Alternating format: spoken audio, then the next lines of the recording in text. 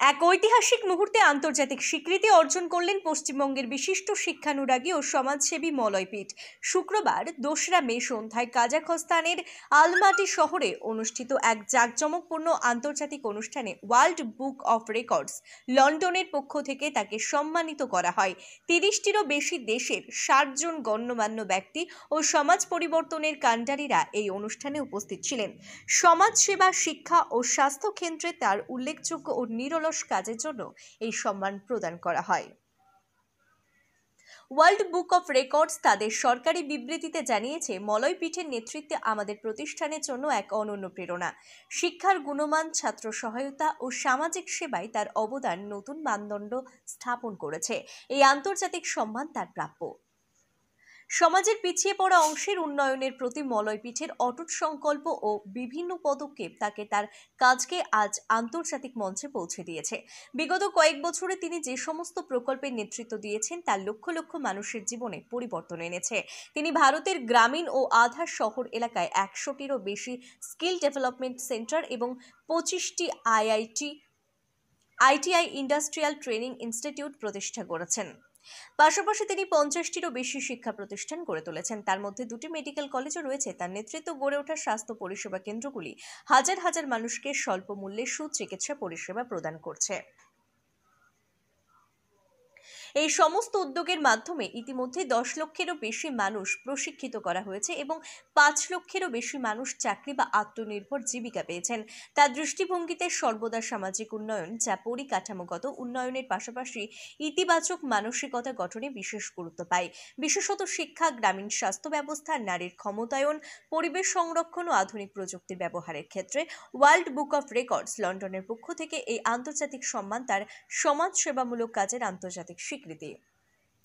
অনুষ্ঠানে উপস্থিত ছিলেন কাজাখস্তানে ভারতের high commissioner doctor T V. Nagendra Prasad ও ওয়ার্ল্ড বুক অফ রেকর্ডসের সিইও মিস্টার সন্তোষ শুক্লা। এই উপলক্ষে সংস্থার 8ম বর্ষপূর্তিও পালন করা হয়। মলয়পীঠ বলেন, এই আন্তর্জাতিক সম্মান শুধু আমার একা নয়, সরকারের সহায়তায় স্বাস্থ্য, শিক্ষা, মানব সম্পদ ও সামাজিক উন্নয়নে যারা কাজ করেছেন তাদের সবার সম্মান। এই সম্মান দায়িত্ব ও কর্তব্য আরও বাড়িয়ে দেয়, আমাকে আরও কাজের জন্য উজ্জীবিত করে। আমি গ্রামের একটি কৃষি পরিবারের ছেলে। বেকারত্ব আমি বুঝি। গ্রাম বাংলার শিক্ষিত বেকারের অবস্থান আমার খুব ভালো করে জানা আছে। আমি ব্যাক ভুলে যাই না। 2003 থেকে আমি কর্মের যাত্রাপথ শুরু করি এবং মূল যে আমার কর্মের ভাবধারা ছিল, গ্রামীণ অর্থনৈতিক কিভাবে ডেভেলপমেন্ট করা যায়। প্রথম দিকে সরকারি বিভিন্ন প্রজেক্ট নিয়ে কাজ করি।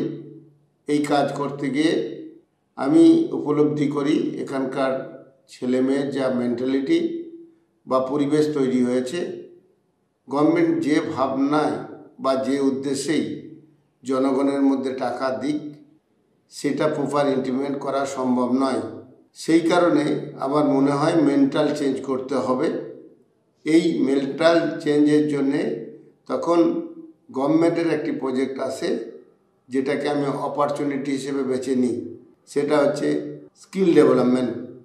আমি পর্যায়ক্রমে প্রচুর স্কিল ডেভেলপমেন্টের সেন্টার করি এবং আমার উদ্দেশ্য ছিল এইসব যে সমস্ত ছেলে কর্মহীন অবস্থায় দীর্ঘদিন থাকার ফলে একটু বকাটে হয়ে গেছে, তাদের একটা ট্রেনিং করে দেশ বিদেশে যদি কর্মের জায়গায় পাঠিয়ে দেওয়া যায় তাহলে মেন্টাল গ্রুমিং হবে, তাছাড়া সম্ভব নয়।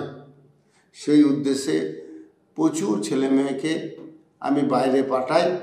আমার পরে উপলব্ধি আসে যে আমাদের স্টেটে সব কিছু থাকার সত্ত্বেও কেন এখানে ডেভেলপমেন্ট করা যাবে না।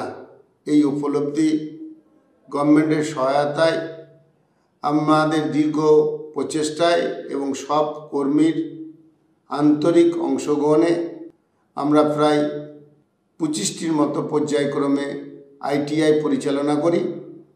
এই আইটিআইয়ের মাধ্যমে আমরা প্রচুর ছেলেমেয়েকে স্কিল করি, তাদের দেশ বিদেশে জবের ব্যবস্থা করি। আমার এই 5 বছর আগে থেকে একটা উপলব্ধি এসেছে, একটা স্টেট সে যদি সমস্ত যুব সম্প্রদায়কে বাইরে জবের জন্য পাঠিয়ে দেয়, তাহলে অর্থনৈতিক পরিকাঠামো সেই স্টেটের ভেঙে পড়বে। কারণ যুবশক্তি হচ্ছে অর্থনৈতিক উৎস। আমার ছেলেমেয়েরা এখানে পড়াশোনা করবে, এখানে খরচ হবে, আর সেই ছেলে মেয়েকে আমি স্কিল করে বাইরের দেশে বা বাইরের স্টেটে পাঠাবো। এর ফলে আমাদের সমস্ত কিছু থাকার সত্ত্বেও আমাদের স্টেট ডেভেলপমেন্ট করবে না, আর সেই ছেলে মেয়ে নিয়ে বিশ্বের বিভিন্ন জায়গায় ডেভেলপমেন্ট হবে। সেই দিন থেকেই আমি আর প্লেসমেন্টের দিকে নজর দিইনি।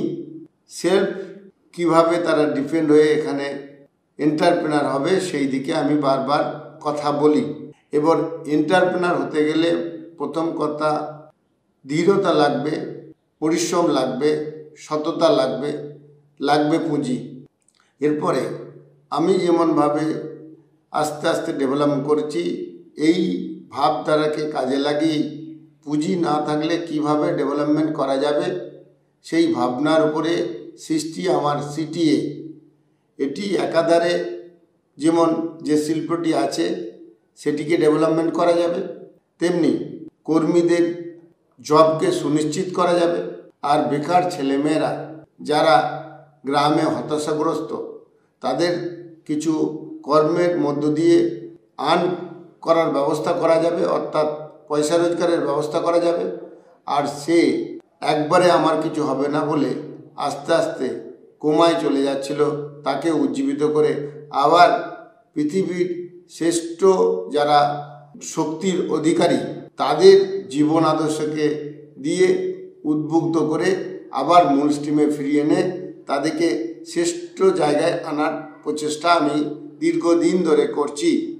এই প্রচেষ্টার ফলে অধিকাংশ ছেলে মেয়ে টিচারদের আমি উদ্বুদ্ধ করেছি এবং তারা উদ্বুদ্ধ হয়ে সুন্দরভাবে কাজ করছে। আমি গর্ব করে বলতে পারি আমাদের হসপিটাল, আমাদের এডুকেশন ইনস্টিটিউট মিডলম্যান অর্থাৎ তাদের দ্বারা নিয়ন্ত্রণ যে ইনস্টিটিউটগুলি থাকে বা হসপিটাল থাকে সেখান থেকে আমাদের মুক্ত। হ্যাঁ, মানুষ কিছুটা হেল্প করলে কিছুটা অর্থনৈতিক বেনিফিট বা আমাদের কাছে উৎসাহ পায়, সেটুকুর মধ্যে সীমাবদ্ধ রাখি। কিন্তু একটা পেশেন্টকে এত টাকা দিতে হবে, তার জন্য যা খুশি ট্রিটমেন্ট করতে হবে, বা একটা ছেলেকে ভর্তির সময় এত টাকা দিতে হবে, ছেলের পড়া হোক না হোক, আমরা মানব না। এই স্টিম থেকে বেরিয়ে আসতে চাইছি।